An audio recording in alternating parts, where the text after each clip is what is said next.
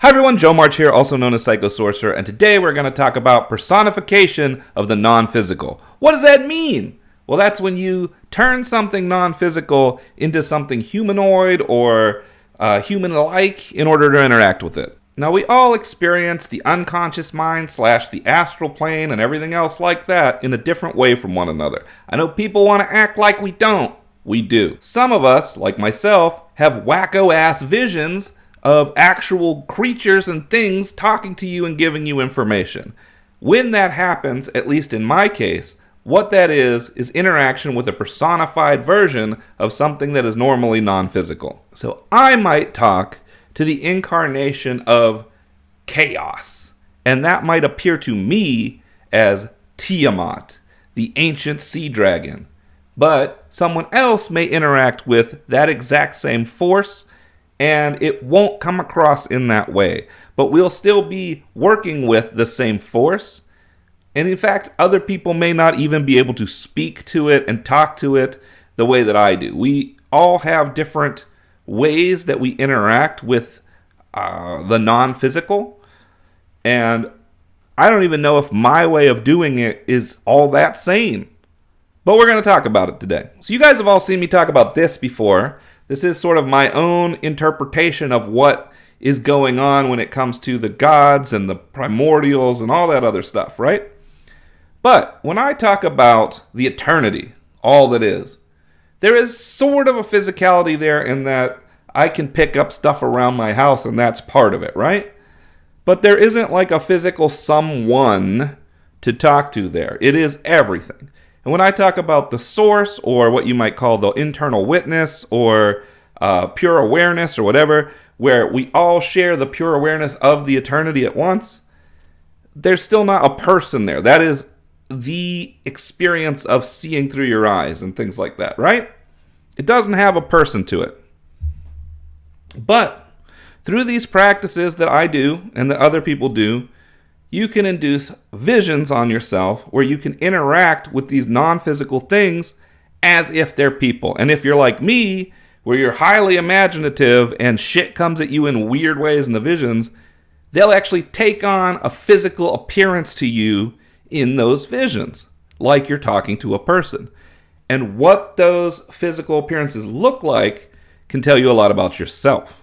That's really what we're talking about here today. So if I want to talk to the grander eternity and get an answer back of some sort, will speak to it through a personified version of it. And what does that look like for me?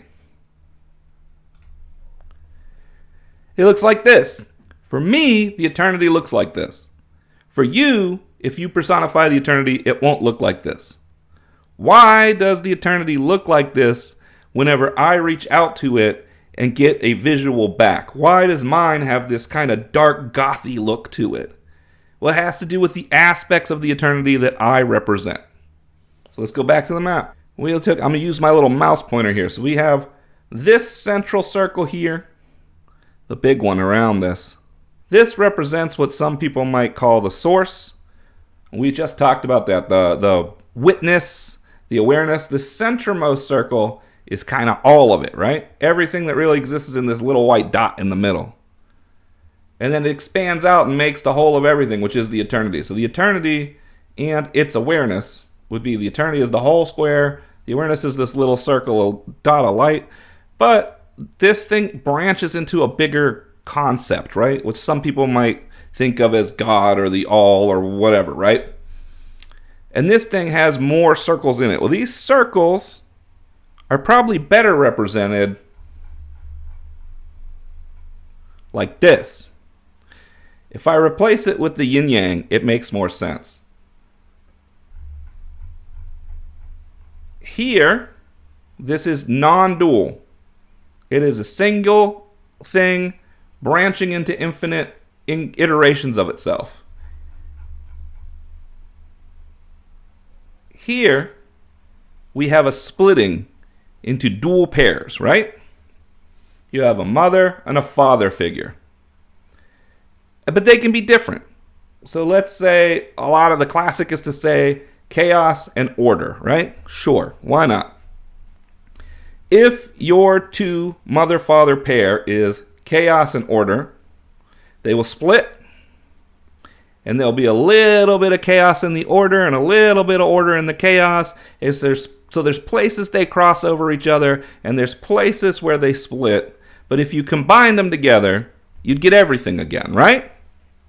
Cool. Any pair of primordials, I'm getting ahead of myself by calling them that, but any pair of aspects of the eternity that when combined make the entire eternity can be a mother-father pair. But there are more than two. If I was able to spin this, maybe I can. Let's see if it'll let me.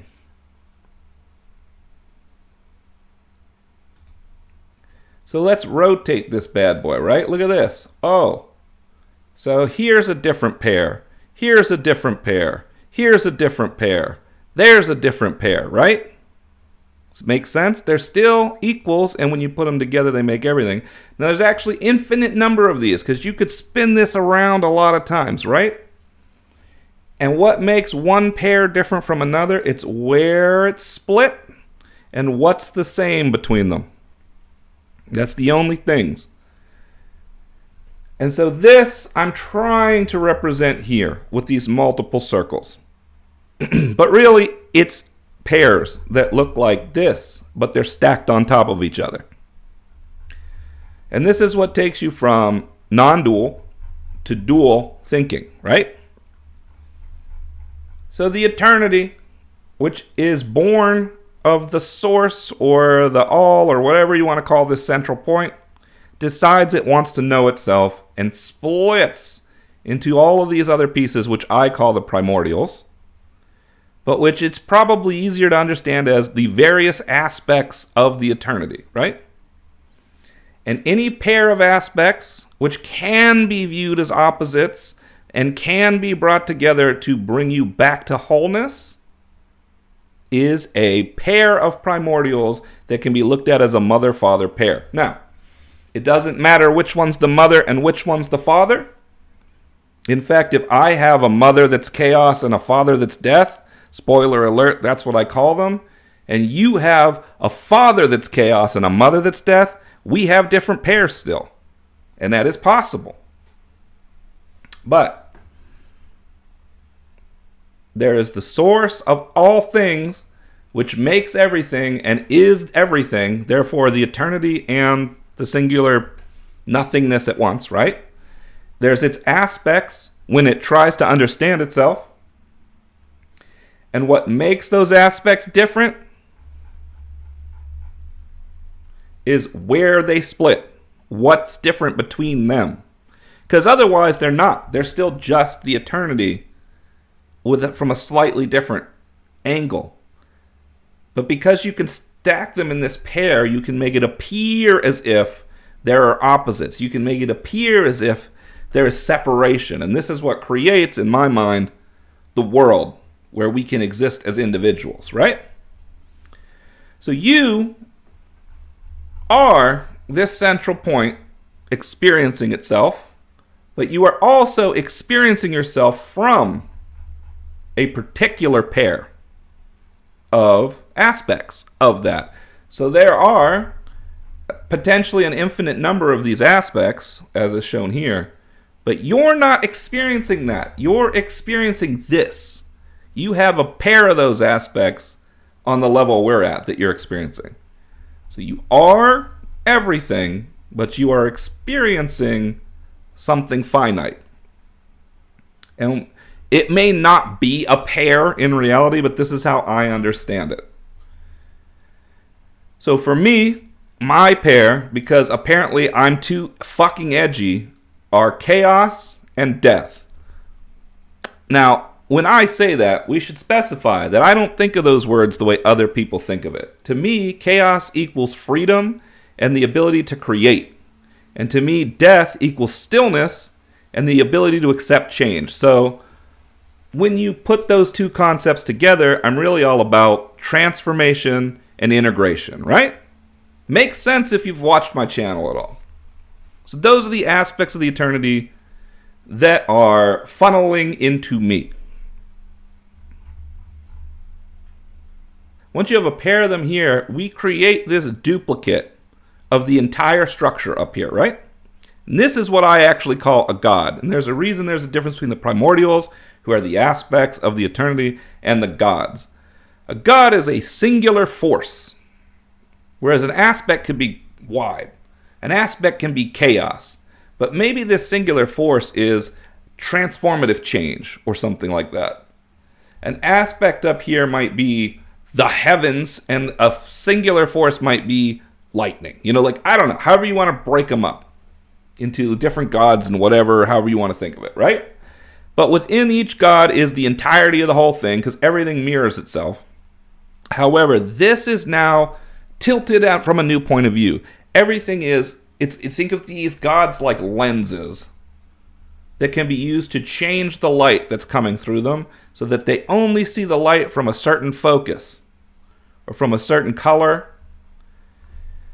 And what makes these different is which pair came together to form them. So if you are a combination of chaos and death, where chaos is your mother and death is your father, as is the case for me, then you'll be this god here, let's say, and that god is all of this, but from the vantage point of the combination of the uniqueness of those two primordials. You are not the entirety of the primordials, because then you'd just be the whole again, because when you combine them back, they become everything.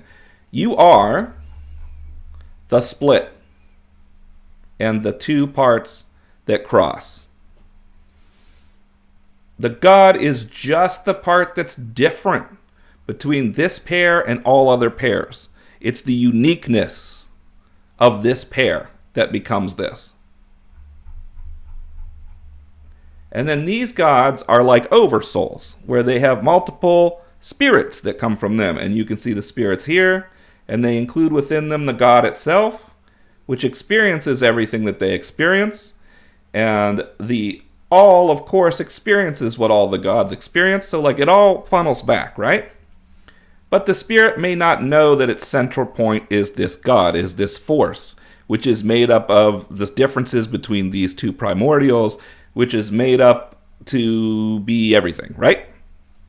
This is probably too much for the conversation, and I'm basically repeating what I said in that other video. But anyway, you see these additional circles around here is because the spirit can incarnate as a whole bunch of lives. Cool, right? Conceptually, this helps to kind of explain the way I see the source turned into primordials, turned into gods, turned into spirits, turned into man, right? Sure. But what's missed by some people is that none of this is physical, right? This is a non-physical presence. These are non-physical presences. These are non-physical forces. They cause the entirety of everything that is physical to exist. It's almost like everything comes from them and becomes the universe, but they aren't physical themselves, right? They're a collection of all of something, some force, some aspect, the wholeness. They're concepts in a way, but they're real. They're real, but they're not physical, if you can understand this. And they exist, certain ones exist within you because you are a combination of things that comes down through here and then exists. Like it all funnels through. But you can talk to these things like they're people. That's the personification I'm talking about. And when you do, you will give them a face. And you won't voluntarily do it. You'll see the face the way that your aspects, your force, your experiences in life all compile up to make it work. So you already were this, then you were these, then you're the split up here, then you're the split given a form in the astral. So the difference here, this thing doesn't have a form, this one does. It's non-physical, but at least it has a something to it. Like it's alive. It's an individual now instead of part of everything. Everything from here up is connected to everything. Once you cross this barrier, you're choosing to be an individual of some sort, even though this individual can still have multiple lives. There's a separation there. But this individual that's having the multiple lives is not a physical being either. It's just got more individuality to it.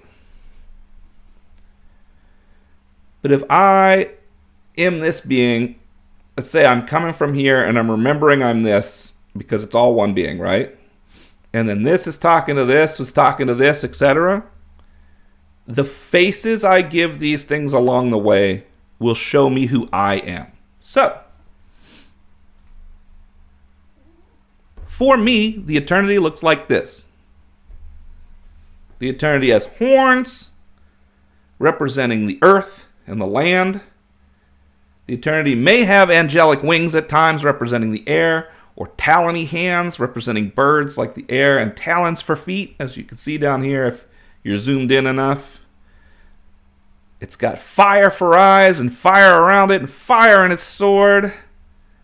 And it's got blue scales for the water in the ocean. So it's the four elements given a form like a human, which is the spirit. And that is why it takes some of these forms for me. And why you then take it and give it like kind of a goth look, it's because it is the combination of the forces for me that end up resulting out of chaos and death. Because that is the lens through which I see, because that's the God that I inherit my aspects from. Okay, I hope I didn't lose everybody immediately. So, when I talk to the eternity, it looks like this. But, when I talk to the primordials, I have one that looks like this. This is as close as I can get AI art to get to the way Tiamat looks when she appears to me. Tiamat, mother of chaos, primordial, and my other one looks like this. Sorath, black sun, death, force of annihilation and consumption, right? Jesus, it sounds like I'm fucking Darth Vader up in here. This is why I don't usually share this stuff. But this is what it looks like. If I reach out to Sorath, this is what fucking shows up in my brain and talks to me. The one big eye, the flames, everything. If I reach out to Tiamat, I see something more like this. But this wasn't always the case. The first time I saw Tiamat was more like this. I'm the tiny diver in this picture. You see this tiny diver? This is what it kind of felt like the first time I saw Tiamat. She was a giant sea serpent of unimaginable size, and I had an eyeball open in front of me that was bigger than my body, and this is what I had to talk to. But back when I first experienced this, I was afraid of the world. And so my unconscious, which is the mother side, whichever of the two primordials is your mother side, is your unconscious mind, and the father side is your conscious mind. My unconscious, I was still barely tapping into at that time, and it was scary to me. And so Mother Chaos showed up to me like this originally. She didn't look like this until a lot later. When I had this new channel, I was talking about like how I was getting back into this stuff and starting to talk to Tiamat and whatever. This is how she looked to me then. And I didn't know that my father half with Sorath for a while, until recently, like the last couple of years. And this is something that I don't talk about a lot because of the negative connotations that come with saying the name Sorath. Because there's stuff online about how Sorath was worshipped by the Nazis or some kind of shit. Trust me, nothing I'm talking about has anything to do with Nazi shit, okay? This is just the name he said he was, but he explains himself as death. The force of stillness, the force of consumption, the force of transformation, like that. And the place where they cross over is transformation. Chaos changes you. Death is a force of transformation. Together they cause change. Both require acceptance and adaptation in order to work. Eventually you have to accept death. Eventually you accept the chaos and then learn how to live within it. This is what the lesson of these two combined turns into. So it's nothing evil, like it might seem. But I feel like I gotta say that because look at these pictures and look at these names, and you can see why this isn't the first thing I share about myself when we talk about the occult. But these are the two figures that came to me as I was learning all of this shit. And I didn't know that they were this primordial pair. I didn't know that they are me. Because it just seemed like, oh, I finally tapped into something where I could speak to something. But as I've explained, what makes these two unique is me. It turns into me down the line, right? And they experience what I experience. Let's look at the chart again. We'll go to this one. We got Tiamat, we got Sorath, right? Together, they're the eternity, and we just saw all three of them. But they experience everything that I, as this ball, experience, right? They're learning everything I'm learning. They're experiencing everything I'm experiencing. And they, like parents, want to teach me so that I can better embody them, right? And so that I can understand the deeper meanings and so that I can grow. It becomes what people would call a trinity of a mother, father, and child. But now I'm talking like I'm this God, right? Ooh, now we're in the left-hand path territory, or are we? But this God exists right here, right? So maybe I'm this spirit. Maybe I'm this God. It really doesn't matter. The same pathway exists through this, to these two. And that's why they're the two that I experienced, because they're my pair. And I can't change who my pair is. It's not up to me. Trust me, I would love to be like a light and love person. That's just not who I am, man. Unfortunately, I'm death and chaos. But fortunately, I found a way to live that in a positive way. But what's this look like? If I reach out to the God self, or the higher self, as some people call it, or the spirit, when I travel in the astral and I can see myself as the spirit, what does it look like? And for me, these two look the same. The spirit looks like the personification of this God thing, which is why I can get a little like loosey-goosey about which one I am. But the difference is that the spirit has more of a physicality to it. It's not physical, but it has an individual nature to it, whereas this may actually be multiple spirits. It just happens to be that this spirit and this look the same? Or is it that I see it as my spirit form because that's my lens, just like we're saying. And we've talked about this before, but this is what I look like in the astral for some reason. So this is the spirit form. This is also what that God level looks like. Once again, we have the earth represented by the horns of an animal and the ears like an elf. We have water represented by the blue scales. We have talons like a bird representing air. And we have fire in the eyes and in the weapon, basically emitting from the body. So we have all four elements represented. It is human-shaped, just like the incarnations it is experiencing, and the spirit, as we call it. It is also a combination of the two primordials. That's why it looks the way it does. So if we look at them again, here's Tiamat, here's Sorath, and here's me. It's the blending, right? Now people are going to be like, you don't look like this. Of course I don't. This is an incarnation, right? But this is how my higher self, my holy guardian angel, whatever you want to call it, appears to me and expresses that it is me. It's just the me on the other end. It's the immaterial me. And I have names for these different things, which I've also been hesitant to share, but I'll share it here because why not? We're all friends, right? For me, this god is simply called Tiath, as in Tiamat and Sorath, because it just makes shit easy. So we've got the eternity represented in a single point, or the void, that is the source, the witness, the part of us that actually experiences. We've got its aspects, and for me, the two that became a mother-father pair are Tiamat and Sorath.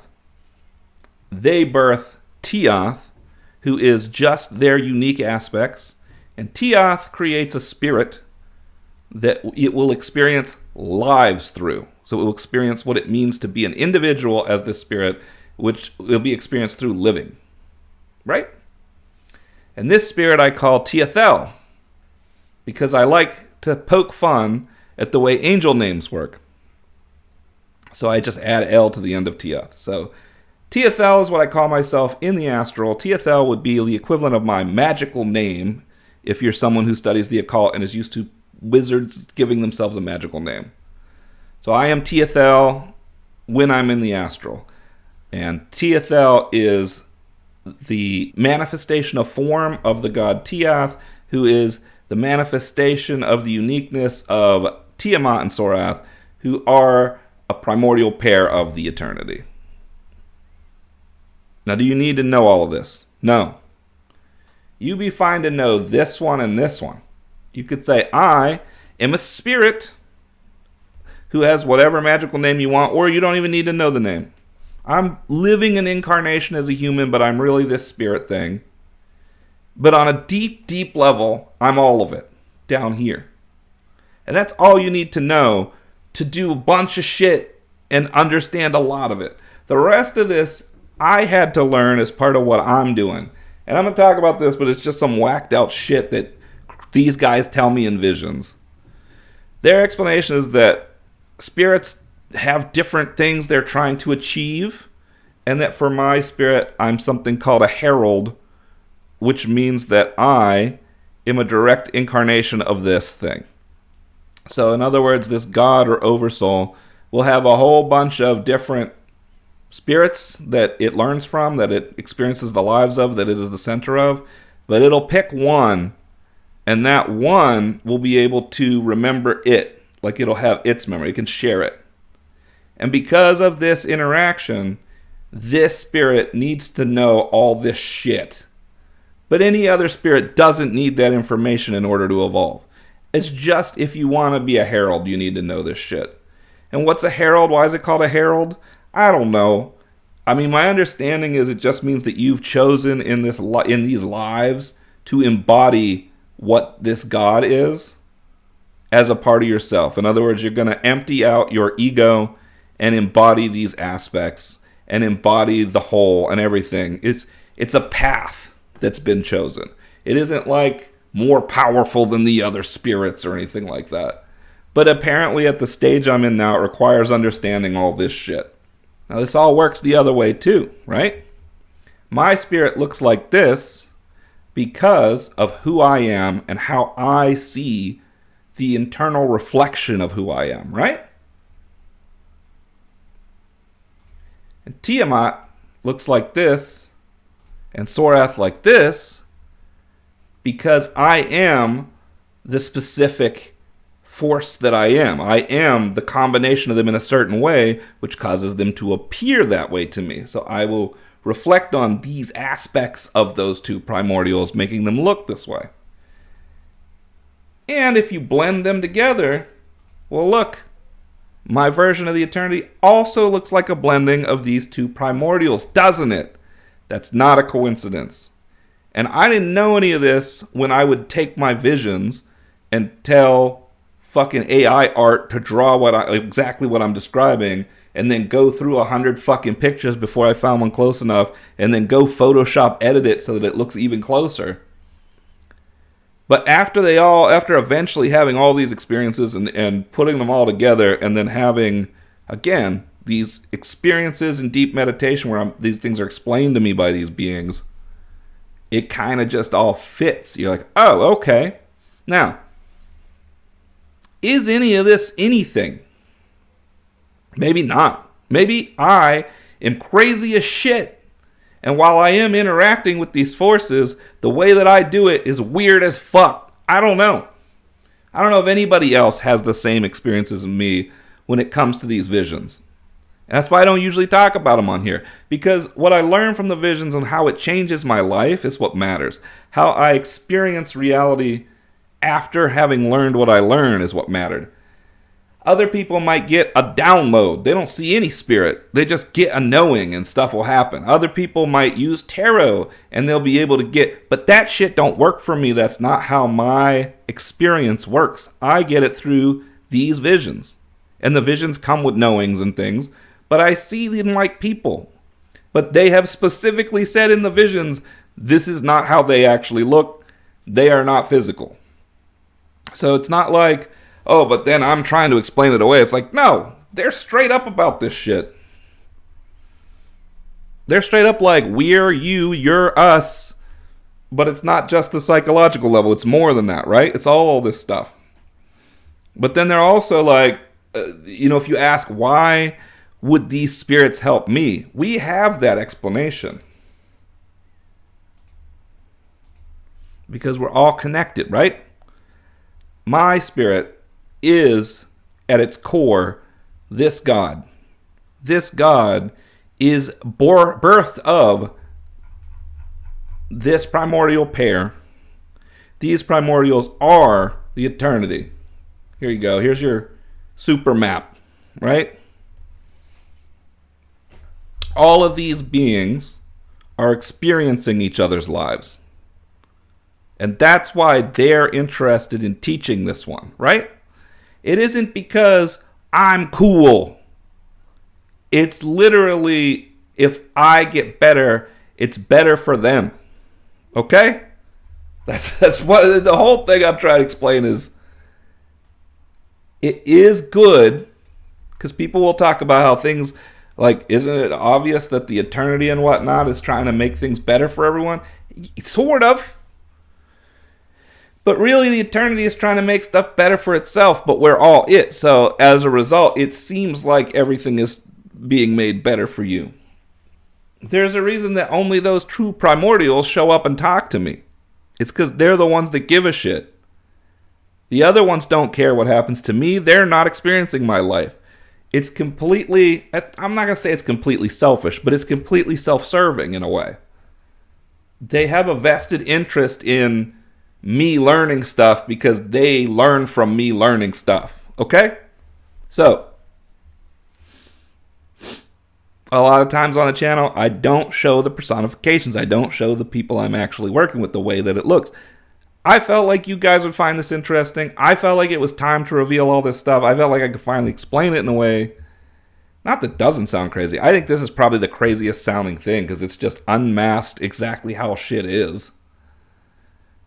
But I felt like we're at a point in this channel's history where I could talk about these weird experiences and the way that I see these forces and interact with them pretty openly.